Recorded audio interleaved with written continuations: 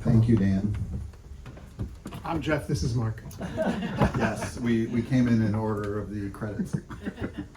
For those of you who don't like surprises, I will lay out for you what we're going to do here. So first we're going to talk a little bit about the book.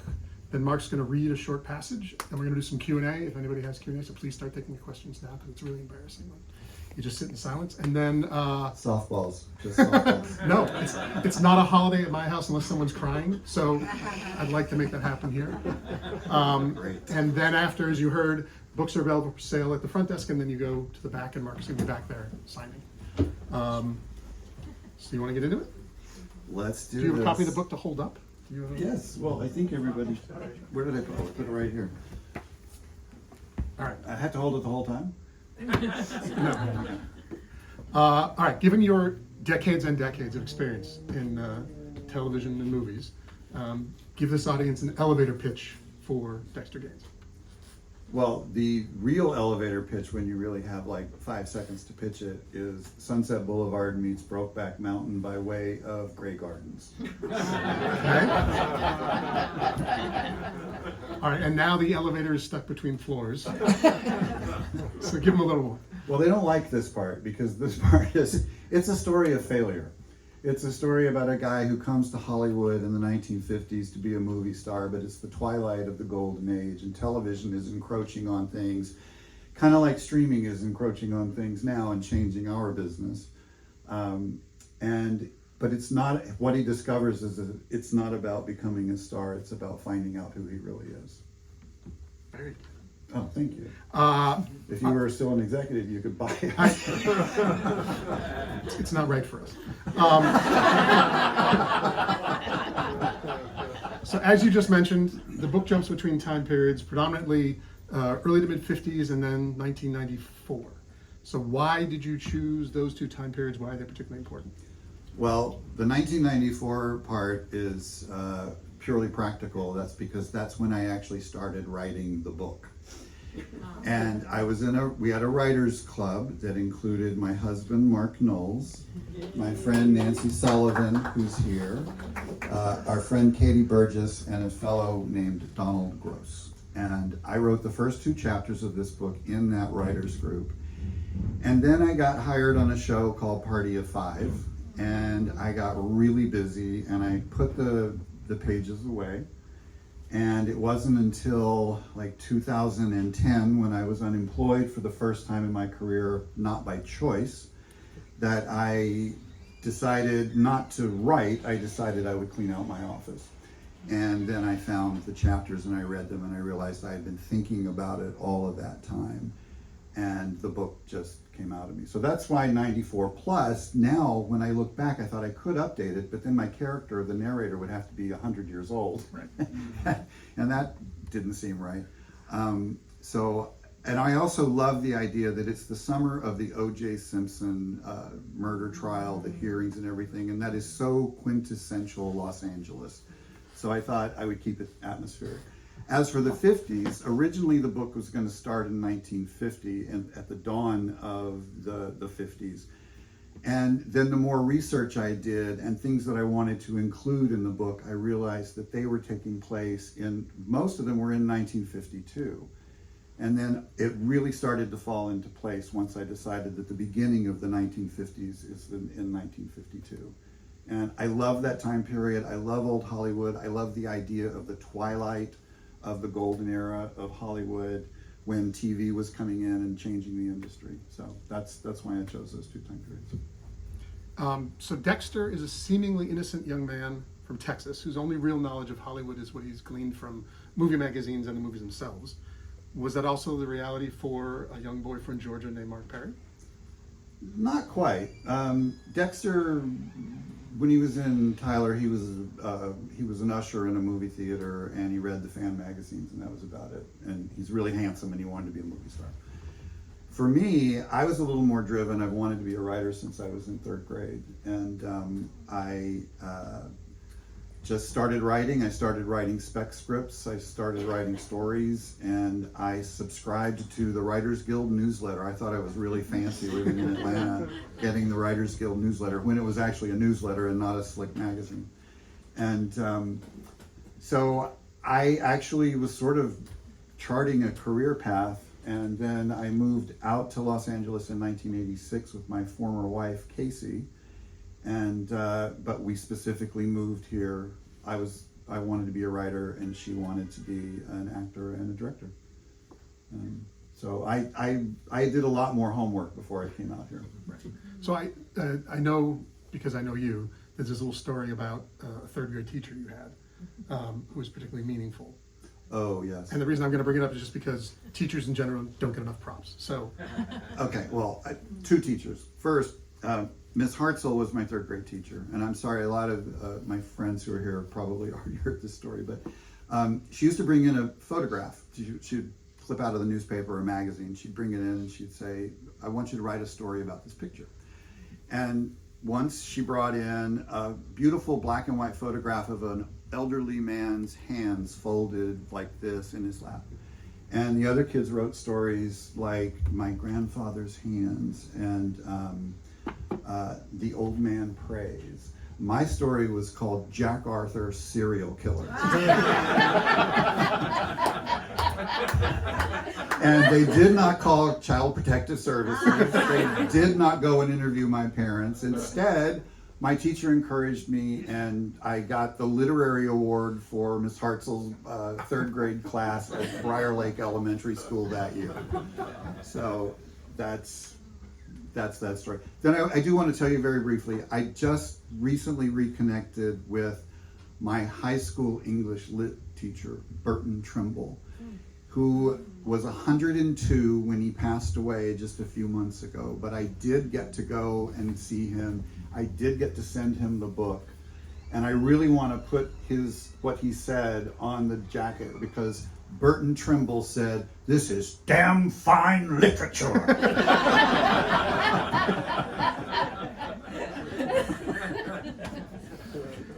In the What book, else you got? I got a few more, just a few. In the book, you feature some well-known celebrities like Tallulah Bankhead, Barbara Stanwyck, Daryl Zanuck, and you reference actual events, places, the HUAC hearings, like you said, the rise of television.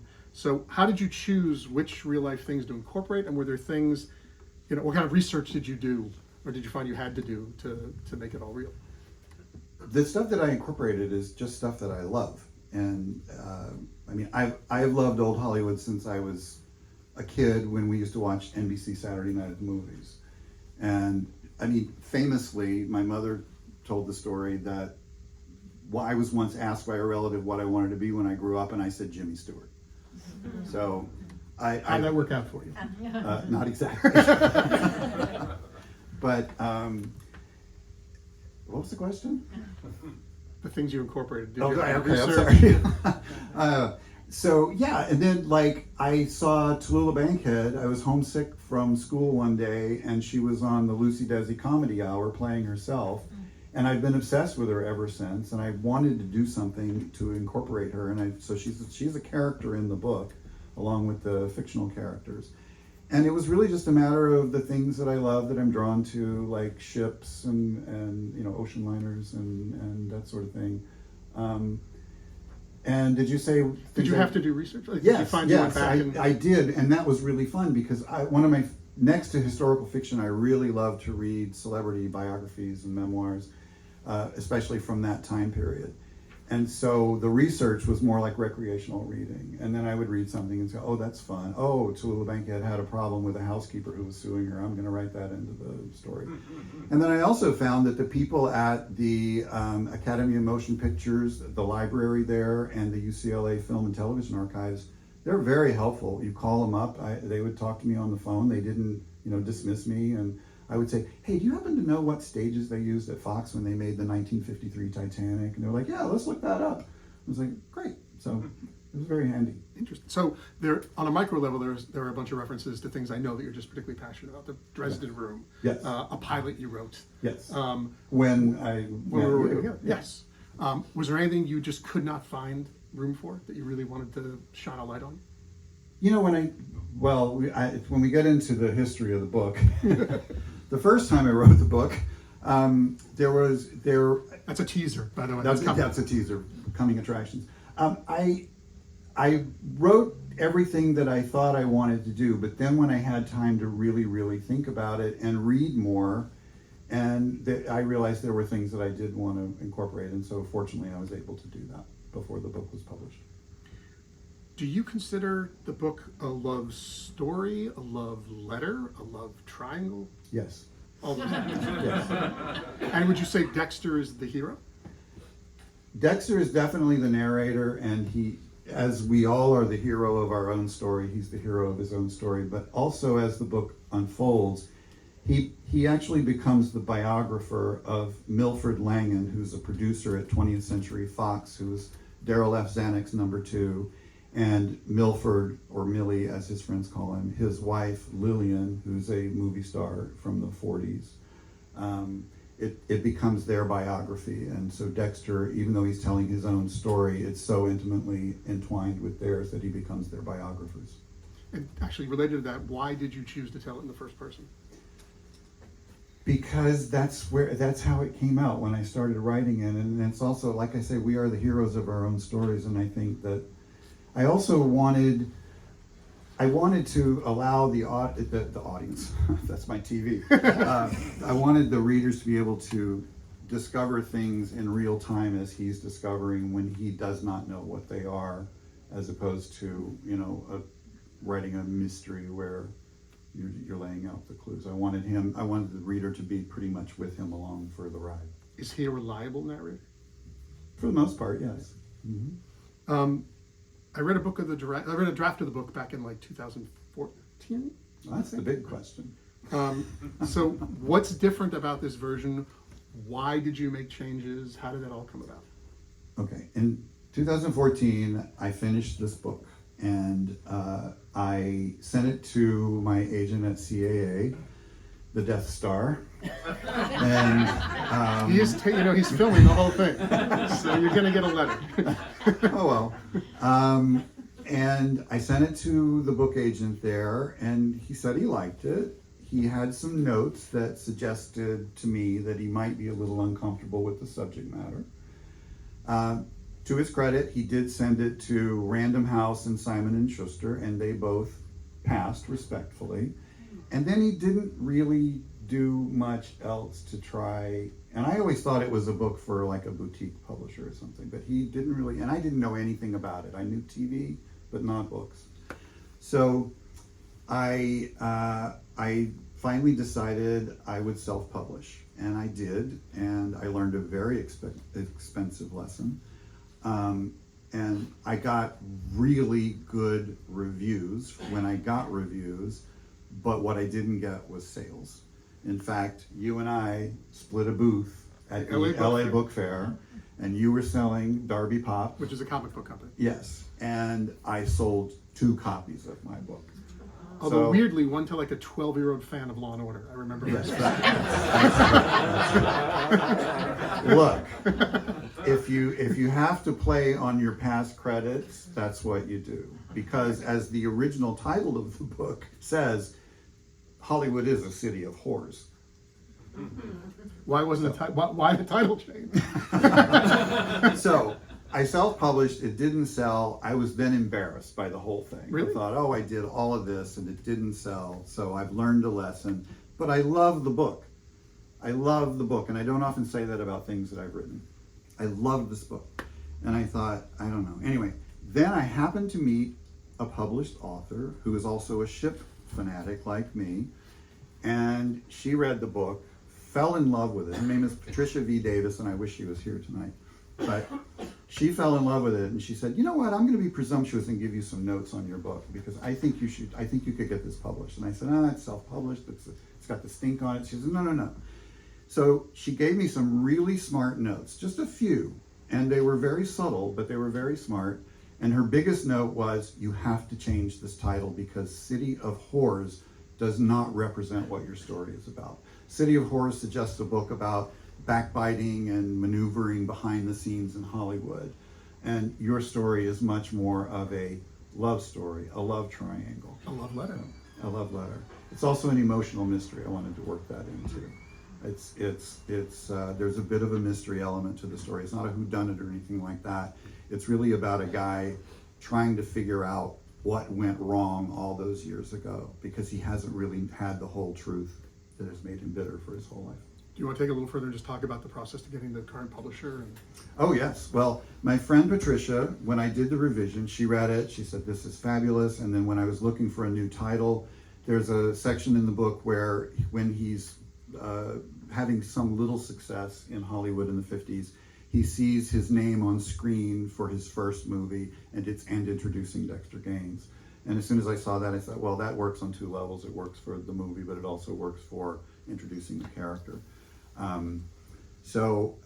Then she introduced me to a friend, a writer named Georgia Colias, who had published with Amble, and she made an introduction with me to Amble, and they said they would love to read it, and I submitted the book and got a very enthusiastic response. In fact, Lisa Melamed was with me when I got the email that said they were going to publish it, and she had a perfect response because I had spent the entire lunch complaining. May I quote you?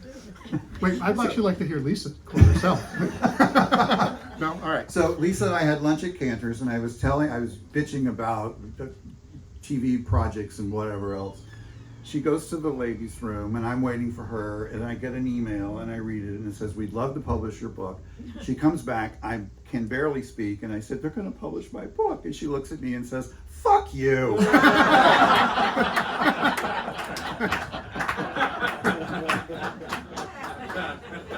Yes, that And sounds that's like one of the many reasons why I love her. Was the process seamless or difficult moving from teleplays to a novel?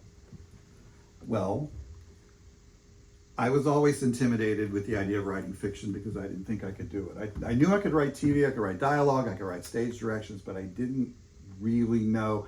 And I mean, when I read, I love, well, Truman Capote is my literary idol, but I love Pat Conroy, I love Michael Cunningham, and whenever I read that kind of language, it's like, oh, I could never do anything like that. So I've always been intimidated. But then I had this idea, thanks to this writers group, and I thought, oh, I have the story that I want to tell about this guy. And so I started, and then once I started and I realized, I don't have a director breathing down my neck and saying, you got to change this. We're not going to shoot this. Are you out of your mind? I didn't have actors refusing to say lines, or, it's like the whole thing, producers coming in and saying, we can't recreate the maiden voyage of the SS United States. You're crazy. Put it on the Queen Mary down in Long Beach. So it was like, that was exhilarating. I realized that there's no budget limitation to imagination. And, I love books where I can time travel and I can actually be submerged in a different time period. And so it was enormously fun, and it really, once I sat down and started writing, it came out of me within a few months, the first draft. So it was exhilarating. Probably the best writing experience I've ever had. So despite that, have you written the screenplay version of it already? No, because I have learned another lesson in this business, which is don't work for free. All right. And on that note, would you like to read for free? Sure, I'll read for free. Okay. So Mark's going to read you a short passage from the book. All right. Introducing Dexter Just a Gaines. second. Put it behind. I was going to say, where did you put it? No, I can't hold this and read, so. I can hold the mic. Really? Yeah. All right. So I want to just give you just a brief introduction to the characters. Dexter Gaines is the stage name of Dan Root, a handsome 21-year-old starstruck aspiring actor from Tyler, Texas, who moves to Hollywood on New Year's Eve 1951, and while working as a cater waiter, falls in with one of the most powerful couples in town. Milford, whose friends call him Millie, Langan, a producer who's Daryl F. Zanuck's second in command at 20th Century Fox, and Millie's gorgeous movie star wife, Lillian, friends call her Lily, Sinclair. And Dexter has a neurological issue that causes his hands to tremble, a condition he treats by smoking marijuana. And I'm going to read you a short section. It's one of my favorite passages that I think gives you a pretty good flavor of the book. And I'm a little intimidated doing this because Daniel Henning is here, and he did the audio book that's coming out on May 27th. So jump in if he's doing anything wrong. Just jump in. I was going to say, hold your notes if you don't mind. Also, by the way, just a warning to those, the font is small. It is. So, did you bring eyes. glasses? You're good? Okay, good. All right. Everybody can hear okay? The first time I walked onto a real movie set as a working actor was on stage 14 of the 20th Century Fox lot. A small army of grips and gaffers and production assistants was swarming over an enormous set 4 stories high, the middle section of a massive ocean liner, complete with a funnel that reached nearly to the catwalks above. I was already in makeup and wardrobe, in my case the tailored uniform of a deck steward. As I stood there, taking in the lights, the camera, and a cluster of costumed extras smoking cigarettes and eating donuts at the craft service table, I felt a hand on my shoulder. "Well, you certainly look the part," Millie said, giving my arm a squeeze. "Yeah, I'm drawing on my vast life experience as a waiter." I tried to smile, but the truth was I was nervous and more than a little bitter. "You know your lines?" "Line," I corrected. Then in my best British accent, "Would you like some bouillon, madam?" "Hey, kiddo," Millie said, grinning. "You gotta start somewhere." "I'm not complaining," was all I could muster, lying through my teeth. The assistant director, Henry Weinberger, called for first team to take their places. "That's you," Millie said with a gentle nudge. "I'll tag along and introduce you to everyone." We headed over to the set, and a production assistant named Pook showed us around back where the clever illusion abruptly ended. The ship was just a facade, of course, with its back a mishmash of wooden beams and a narrow staircase. "Welcome aboard," Pook said, then gestured toward the steps. "Bon voyage." I emerged onto the partial deck of the steamship where the extras were already in place, bundled up in steamer rugs and gloves despite the excruciating heat of the lights overhead.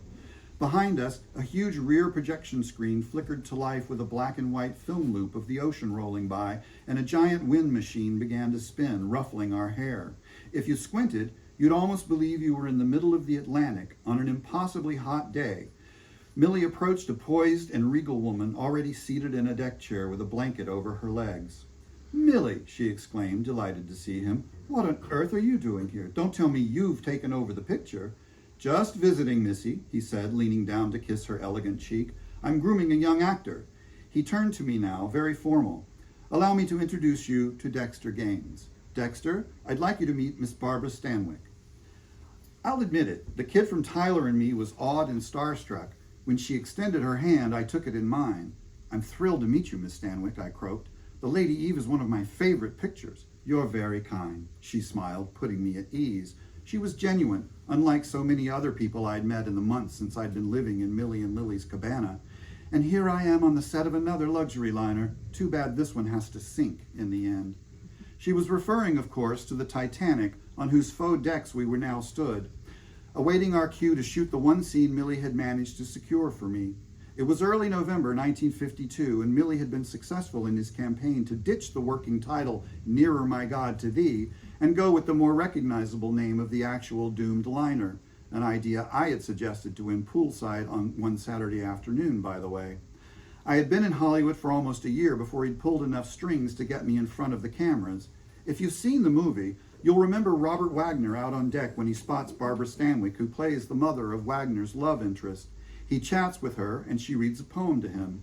What you won't remember is the very beginning of the scene where Stanwyck is seated alone with her book, and a handsome young deck steward approaches and offers her morning bouillon. "Well, look what the cat dragged in," said Robert Wagner, approaching and chucking Millie affably on the shoulder. Millie beamed when he saw the young actor. "RJ, a little respect." "For you, please," Wagner said, all in fun. Millie stared at him for a moment before remembering his manners. "RJ, this is Dexter Gaines," Millie said, pivoting to include me in the conversation. "How are you, Dex?" Wagner said, shaking my hand so firmly I almost flinched. "Nice to meet you." "You too," was all I managed in return. "Places, everyone," called an authoritative voice with the slightest trace of an Eastern European accent. "And will someone please help this poor lost producer off my set?" It was the director, Jean Negolesco, a kind man in his early 50s, his eyes twinkling as he came rising over the deck railing, riding alongside the cameraman on a huge crane. He gestured toward Millie. Everyone snapped to attention. "Johnny, you shouldn't work so hard," Millie said to the director. "You need to rest up for croquet at Daryl's this weekend." "Psst," was his only response. "Good morning, Barbara. Lovely day to hit an iceberg," he quipped. Miss Stanwyck frowned. "I don't think we should joke, considering the true story." "I meant no disrespect," the director replied. "I was just leaving," Millie chimed in. Then, as he passed me, "Okay, kiddo, break a leg," which was more or less exactly what I was afraid of. "Any questions, anyone?" "Let's shoot," Wagner said, hopping over a railing with the ease of an acrobat and trotting down the ship's stairs to assume his place on the deck just below. I admired his self-assured athleticism, but the fact that he had the role that should have been mine filled me with resentment from the moment he shook my trembling hand. As we were getting ready to roll the camera, the prop master, a diminutive man in his 40s, brought over the silver tray of china cups and saucers steaming with hot bouillon. "Here you go," he said, thrusting the tray with its dangerous contents into my hands. I heard the delicate and foreboding rattle, but the prop master had already moved off, checking to make sure Miss Stanwyck had her small book of poetry for the scene. "On a bell," the first AD boomed, startling me and bringing another wave of clattering from the tray as a loud buzzer sounded. I stared at the roiling sea of broth, as agitated as the fake ocean projected behind me. "Rolling, camera, speed, Titanic, scene 35, take 1. The camera loader barked, then snapped the clapperboard, startling me and triggering a renewed round of tinkling bone china. There was a long pause as I stood out of frame, clinging to the tray, kicking myself for not having the sense to toke up prior to leaving my tiny dressing trailer outside. "And action," Negulesco shouted. I turned toward Miss Stanwyck, who sat serenely reading her little book, the fake breeze ruffling her scarf. I approached. "Good morning, madam. Lovely day," I said. So far, so good. "Would you like some bouillon?" "Cut!" I turned, annoyed. I wasn't done yet. "Something technical?" Miss Stanwyck asked. "No, missy, Negulesco looked at me. "I'm sorry, what's your name again?" I bristled, tried to hide it. De Dexter." "Well, De Dexter, please stick to the script," he said good-naturedly enough. "You will not want to meet the angry writers."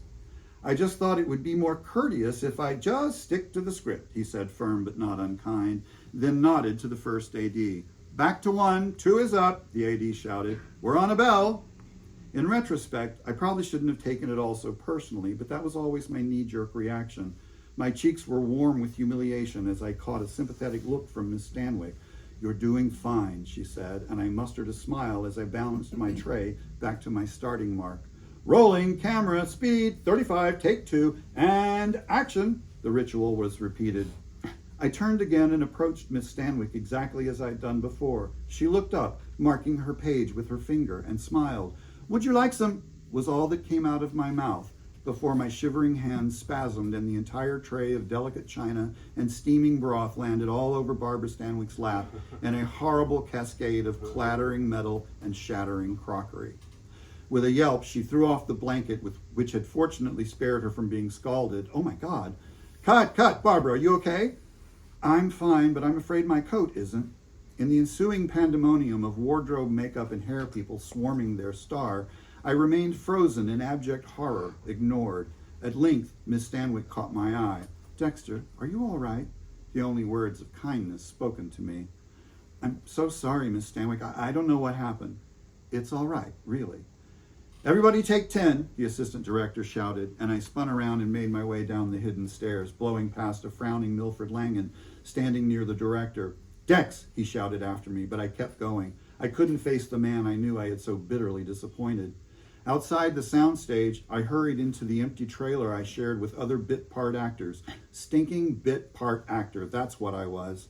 I found my stash and was well into my third significant hit when the door swung open and Millie came in. I braced myself for the worst. "Are you okay?" he asked, surprising me with a genuine concern in his voice. "I'm sorry, Mill. I know you stuck your neck out to get me this part, but it's my goddamn hands."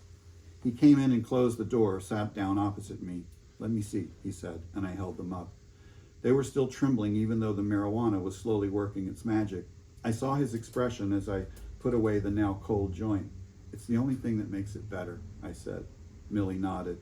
"I spoke to Johnny. You'll get through it. Just relax." "I'm so sorry, Mill." "Dex," Millie said, with reassurance in his voice, Stop saying you're sorry. You can do this. I know you can. I believe in you. No one had ever said those words to me in my entire life. I nodded and looked away, grateful for his kindness, but still not wanting to let him see me cry. Of course, everyone was bending over backwards to be nice to me when I returned to the set. No harm done, they all said. The prop master wisely changed the contents of my tray, but even my amended line of dialogue, "Would you like a fresh scone, madam?" was cut from the final picture.